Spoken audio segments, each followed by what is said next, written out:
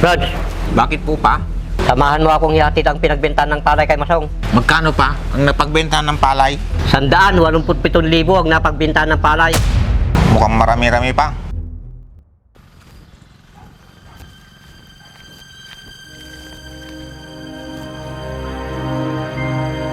Pa, mukhang malapit ka ng mag-ani ah. Oo.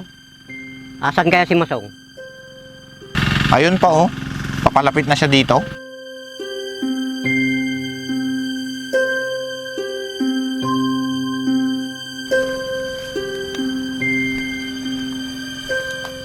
Pa, mano po? Siya nga pala, kailan tayo aanin? Kasi kailangan ng kapatid mo ng pera. Mayroon daw siyang bibilin. Bakit pa? Ako yung nagsasaka tapos may hati pa rin siya doon? Aba, siyempre meron. Sa akin pa rin naman yung sinasaka mo, di ba? Pa, ako yung nagpapakahirap sa bukid. Si Franz wala naman siyang ginagawa. Bakit? May reklamo ka? Ako naman ang kasama ni Papa sa bahay ah. Ikaw nga, pero pinalayas niyo ako sa bahay noon na wala man lang dahilan. Pasalamat ka, binigyan pa kita ng sasakahin. Baka kung hindi, baka kung saan ka pulutin. Halos lahat ng ari-arian niyo, binigay niyo na kay Franz. Bakit? Siya lang ba ang anak niyo? Wala kang magagawa kung kanino ko bibigay yung ari-arian ko. Dahil anak lang kita. Tama po kayo pa. Anak niyo lang po ako. Pero kung ituring niyo po ako, parang hindi niyo tunay na anak. Tumigil ka nga dyan. Dahan-dahan ka ng pananalita mo kay Papa ha. Ikaw, sumusobra ka na ha. Di mo na ako nire-respeto bilang kuya mo. May pinag-aralan ka pa naman. Wala kang karapatan na pagsabihan ng ganyan ang kapatid mo, ha? Ganyan naman kayo pa. Ako na lang ang laging mali. Dahil ikaw ang may kasalanan kung bakit nawala ang mama mo. Pa, aksidente po ang nangyari. At hindi ko po yun kasalanan. Ikaw na lang sanang nalunod at hindi si Mama. Tama ka dyan, Franz. Ako na lang sana ang nalunod at hindi si Mama.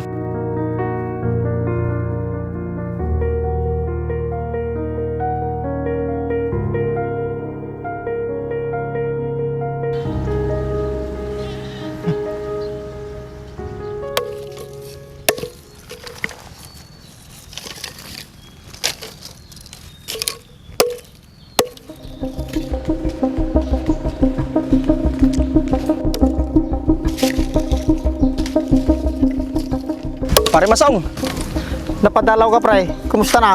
Pre, may babalita ako sa'yo. Si Papa mo, pinapaani na niya yung palay mo. Pabayaan mo lang sila dun pre.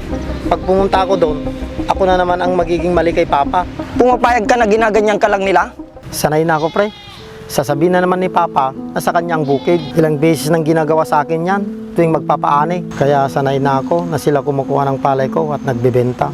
Bakit ganun pre ang turing ng Papa mo at ng kapatid mo sa'yo? Di ko nga alam kung bakit sila ganyan. Ang init ng dugo nila sa akin. Hanggang ngayon ba naman pare, hindi pa rin nila nakakalimutan yung nangyari sa mama mo? Oo pare. Ako pa rin ang sinisisi nila sa pagkawala ng mama ko. Kaya siguro ganyan ang Papa mo sa'yo. Alam mo pre, may kasalanan din yung papa ko noon.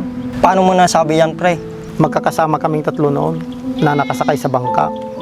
Biglang umalon ng malakas at nahulog ako sa bangka pre. Anong sumunod na nangyari? Hindi ako sinagip ng papa ko. Ang mama ko yung sumagip sa akin, kaya siya nalunod. May kasalanan din pala ang Papa mo. Si Franz, alam ba ang totoong nangyari? Hindi ko na sinabi sa kanya para hindi siya magalit sa papa namin. Simula noon, di na ako pinag-aral ng papa ko. Kahit gustuin ko man mag-aral noon, di niya ako binigyan ng pagkakataon. Kaya ganito ang buhay ko, isang hamak na magsasaka. Di ba may kaya naman kayo? Di ba yung kapatid mo nakapagtapos siya ng inhinyero? Oo, talagang ganyan. Pinabayaan na ako ng papa ko noon at wala siyang pakialam sa akin. Tapos pinalayas pa niya ako noong 13 gulang ako. Ganun ba? Kawawa ka naman pala. Siya nga pala, gusto mo bang pumasok sa pinagtatrabawan ko? Sa pinagtatrabawan mo? Paano yan? Wala naman akong pinag-aralan. At saka grade 1 lang ang inabot ko. Kaya mo yan pre, masipag ka naman eh. Sige, susubukan ko. Sa susunod na araw pre, dadaanan kita. At kung bahala sa'yo. Sige pre, alis na ako. May gagawin pa ako. Sige, pre.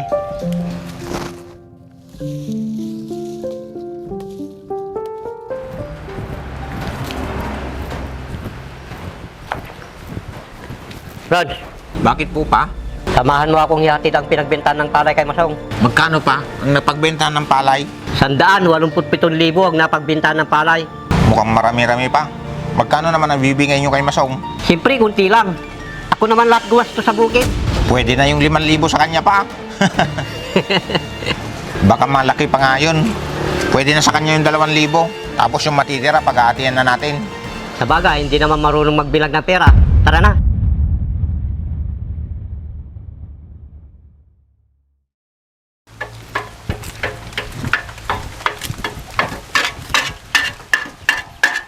Masong, Opa, mano po?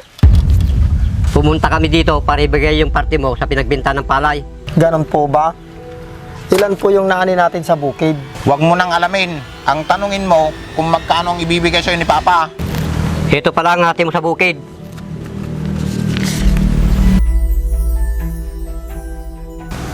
Dalawang libo? Ito lang yung ibibigay nyo sa akin? Ako yung naghirap at nagpagod doon. Tapos ito lang? Bakit? Kanino ba yung bukid na sinasaka mo? At sino ang gumastos? Si Papa. Yun pala eh. Kaya huwag ka na magreklamo. At isa pa, kahit magkano pa ang ibigay sa'yo ni Papa, wala kang magagawa. Kung ganon din lang pala, kaya lang magbukid. Sa inyo na yung 2,000.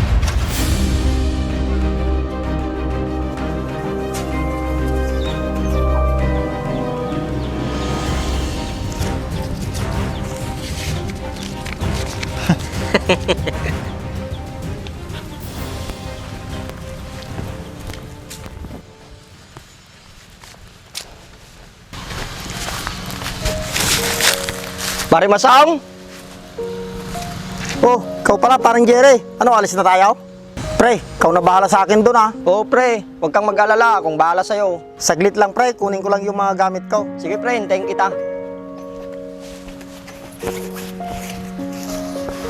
Tara pre.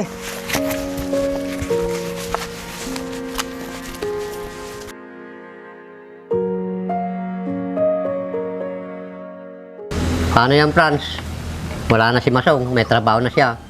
Ano kaya kung ikaw na lang mag-asikaso sa bukid natin? Pa naman, alam mo naman wala akong hilig sa pagbubukid. Huwag mong sabihin na ako yung uutusan mong pumunta sa bukid. Pauwiin nyo na kasi si Masong pa, para siya ang mag-asikaso sa bukid. May trabaho na raw siya at malaki ang sahod niya. Yun ang sabi ni Jerry nung nakita kami nung isang araw. Paano yun pa? Di mababakante na yung bukid. Kung gusto mo, di dalawa tayong magbukid. Ano? Ang hirap magbukid. Wala na tayong magagawa.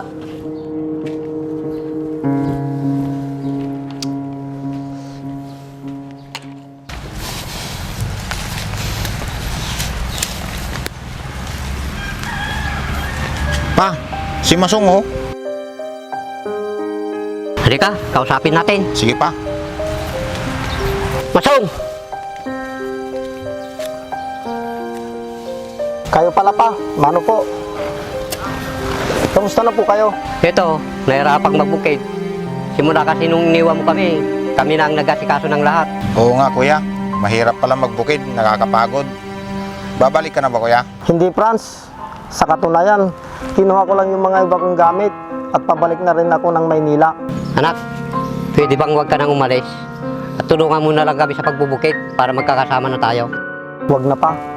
Buo na ang desisyon ko. Nang dahil sa inyo, nagkaroon ako ng lakas ng loob para tumayo sa sarili kong mga paa. Hindi nyo man lang pinalagaan yung paghihirap ko dati na ginagawa ko para sa inyo. Anak, patawad. Matagal ko na po kayong napatawad. Masaya na po ako kung anong meron ako ngayon. Sige pa, alis na ako, baka maiwan pa ako ng bus.